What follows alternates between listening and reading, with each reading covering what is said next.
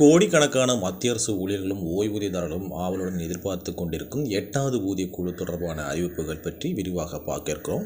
சம்பளம் எவ்வளவு உயரும், எப்பொழுது இது அமலுக்கு வரும், இப்படி உங்கள் மனதில் உள்ள அனைத்து கேள்விகளுக்கும் இந்த காணொலியில் பதில் அளிக்க இருக்கிறோம். வீடியோக்குள்ள போகிறதுக்கு முன்னாடி சேனலை நீங்கள் இது வரைக்கும் சப்ஸ்கிரைப் பண்ணாமல் பார்த்தீங்கன்னா மறக்காமல் சப்ஸ்கிரைப் பட்டனை ப்ரெஸ் பண்ணிட்டு பக்கத்தில் இருக்கிற பெல் பட்டனையும் தட்டி விட்டுருங்க.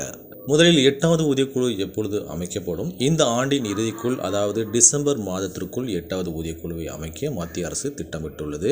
ஃபிட்மென்ட் ஃபேக்டர் மற்றும் இதர விதிமுறைகள் குறித்து தற்பொழுது விவாதங்கள் நடைபெற்று வருகின்றன. ஊடக அறிக்கைகளின்படி தீபாவளி பண்டிகை ஒட்டி இந்த ஆணையத்தின் அறிவிப்பு வெளியாகலாம் என்றும் அதன் பரிந்துரைகள் 2026ஆம் ஆண்டு முதல் அமலுக்கு வரலாம் என்றும் எதிர்பார்க்கப்படுகிறது. இப்பொழுது மிகவும் முக்கியமான ஃபிட்மென்ட் ஃபேக்டர் என்ன அப்படிங்கிறத பார்ப்போம். இது ஒரு மிக எளிமையான ஒரு ஃபார்முலா. பழைய அடிப்படை சம்பளத்தை ஃபிட்மென்ட் ஃபேக்டரால் பெருக்கினால் புதிய அடிப்படை சம்பளம் தெரிந்துவிடும். உதாரணமாக 7வது ஊதியக்குழுவில் ஃபிட்மென்ட் ஃபேக்டர் 2.57 இருந்தது.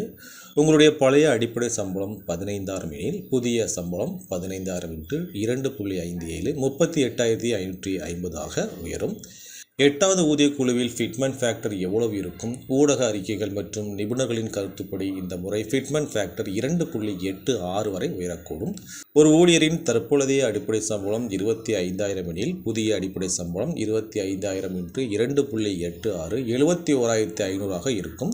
இதன் மூலம் அடிப்படை சம்பளத்திலேயே கிட்டத்தட்ட 46,000 வரை உயர்வு கிடைக்கும். முக்கியமாக அகவிலைப்படி, வீட்டு வாடகைப்படி மற்றும் இதர படிகள் இந்த புதிய அடிப்படை சம்பளத்தின் மீதுதான் கணக்கிடப்படும். இதனால் மொத்த சம்பளமும் கணிசமாக உயரும். இந்த உயர்வு ஊழியர்களுக்கு மட்டுமா? இல்லை, இந்த ஊதியக்குழுவின் பலன்கள் ஓய்வூதியதாரர்களுக்கும் சென்றடையும். ஏனெனில் ஓய்வூதியம் என்பது அடிப்படை சம்பளத்தின் அடிப்படையில் தான் நிர்ணயிக்கப்படுகிறது. உதாரணமாக உங்களுடைய பழைய ஓய்வூதியம் 9,000 எனில் புதிய ஓய்வூதியம் 9,000 × 2.86 25,740 உயரும். இப்பொழுது சம்பளம் மற்றும் ஓய்வூதியம் எவ்வளவு உயரும் என்பதை சில உதாரணங்களுடன் பார்ப்போம்.